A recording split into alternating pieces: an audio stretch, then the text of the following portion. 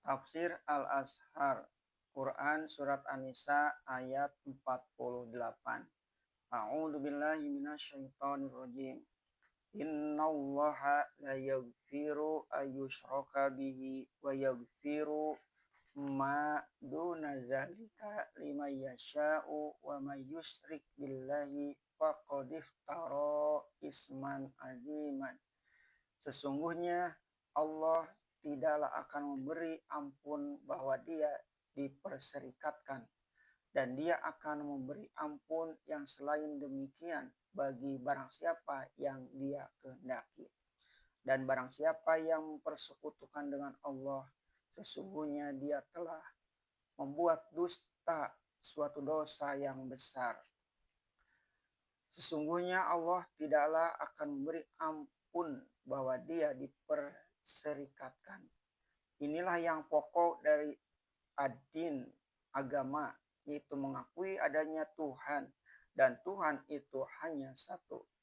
Tidak ada yang lain yang berserikat atau yang bersekutu dengan dia, baik dalam ketuhanannya maupun dalam kekuasaannya.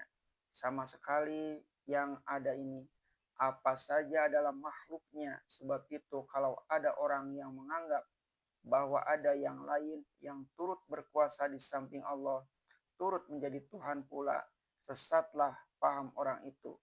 Tidaklah Allah akan memberinya ampun, dan dia akan memberi ampun yang selain demikian barang siapa yang dia kehendaki.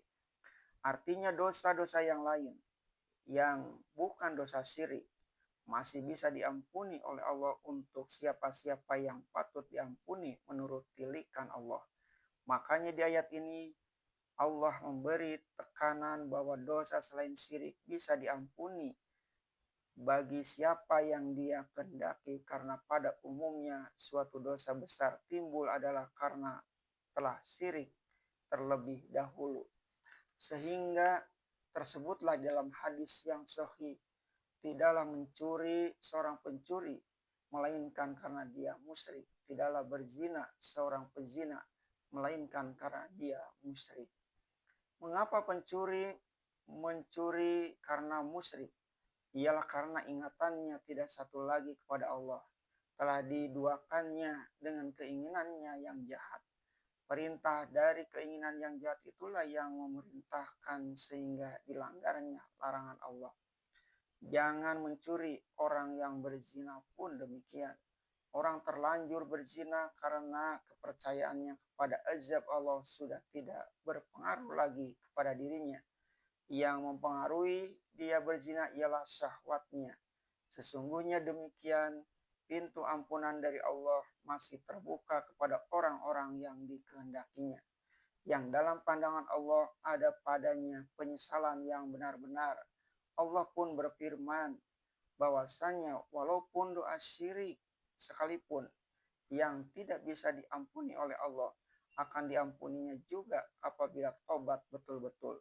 Bukankah sahabat-sahabat Rasulullah yang besar-besar dahulunya adalah orang musyrik yang menyembah berhala semua? Setelah mengakui keesaan Allah dan mengakui kebenaran seruan Muhammad, diampuni dosa mereka dan mereka pun menjadi orang Islam yang baik.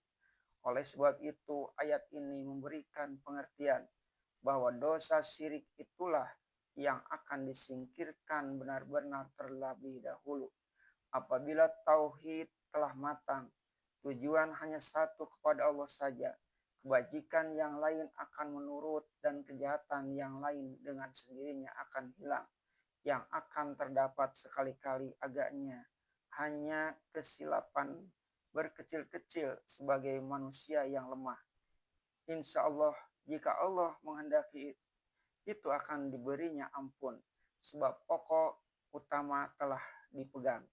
Apabila kita sambungkan ayat ini dengan ayat-ayat yang sebelumnya terhadap pemuka-pemuka Yahudi tadi, diserulah mereka agar kembali kepada tauhid yang sejati. Apabila tauhid telah dipegang teguh, hati pun terbukalah menerima kebenaran Allah. Dengan sendirinya akan mereka terima segala wahyu yang diturunkan Allah, baik Taurat atau Injil maupun Al-Quran.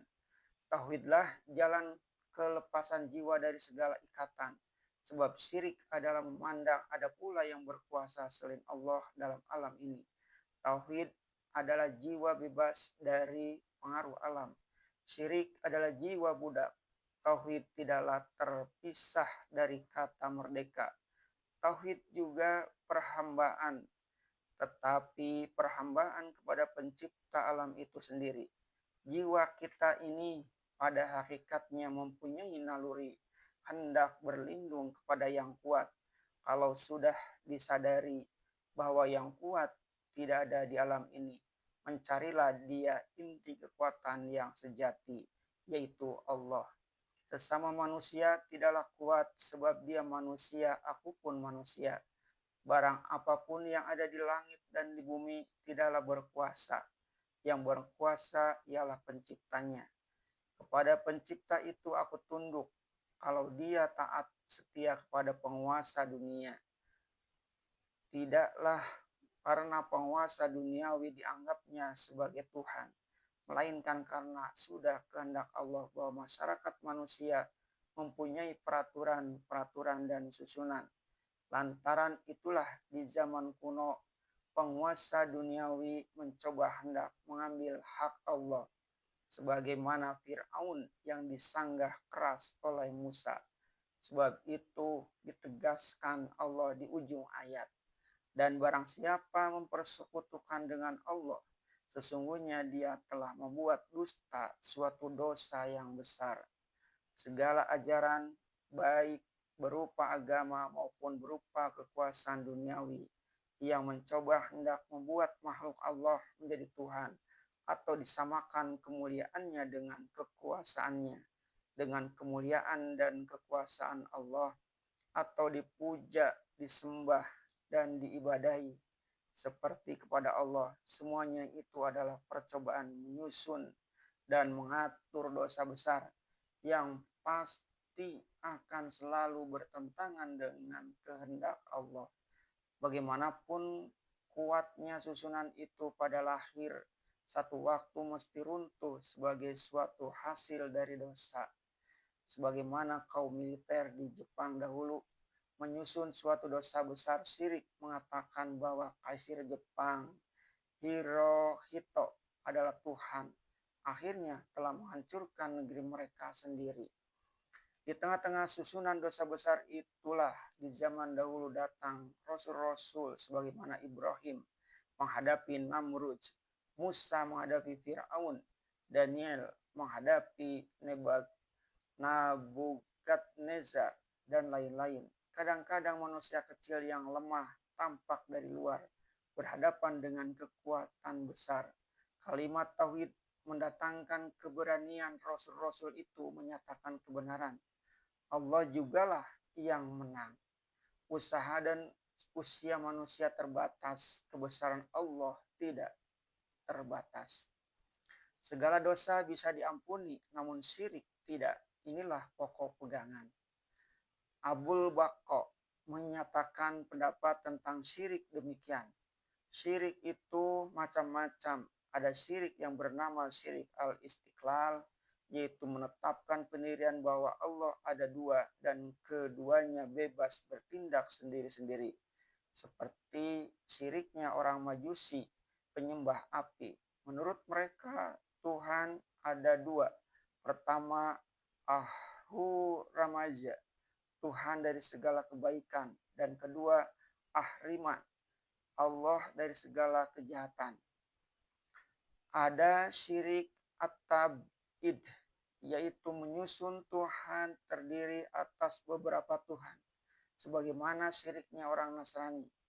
Ada juga syirik at-targhib, yaitu beribadah, memuja kepada yang selain Allah untuk mendekatkan diri kepada Allah, sebagaimana syiriknya orang jahiliyah zaman dahulu. Syirik at-taklid, yaitu memuja, beribadah kepada yang selain Allah karena taklid, turut-turutan kepada orang lain.